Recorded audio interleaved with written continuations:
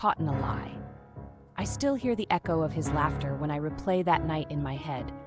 The night I decided to surprise my boyfriend at his apartment with his favorite takeout and a bottle of wine, desperate to patch things up after our last fight. My hands shook as I knocked, but I was rehearsing apologies.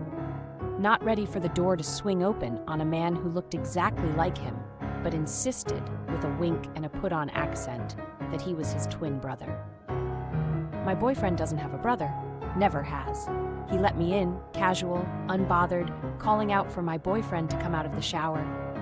I played along, confusion burning a hole in my gut, sitting on the edge of the couch, watching this twin move around the kitchen, using our mugs, knowing where everything was. I noticed a fresh hickey on his neck, the exact shade and shape of the one I'd left on my boyfriend 3 nights ago.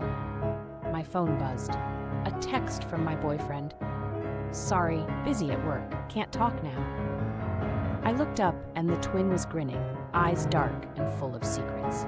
I confronted him, voice shaking, heart pounding, demanding to know who he really was. He dropped the act in a heartbeat, face contorting into something cold. He admitted he was my boyfriend, but he needed space to see other people, to figure himself out, and it was easier to invent a twin than talk to me like an adult. He'd been hooking up with other people in our bed, lying to my face, and every apology or promise he'd made was just a performance.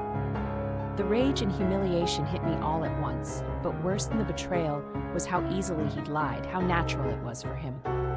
I stormed out, dinner still in my hands, hurling it into the street before I even made it to my car. The truth is, I'd known something was wrong for months, but I kept swallowing my doubts, convinced I was just insecure. As I sat behind the wheel, shaking, I realized the real betrayal wasn't just his, it was mine too, for ignoring every instinct screaming at me, for loving a mask and calling it a man.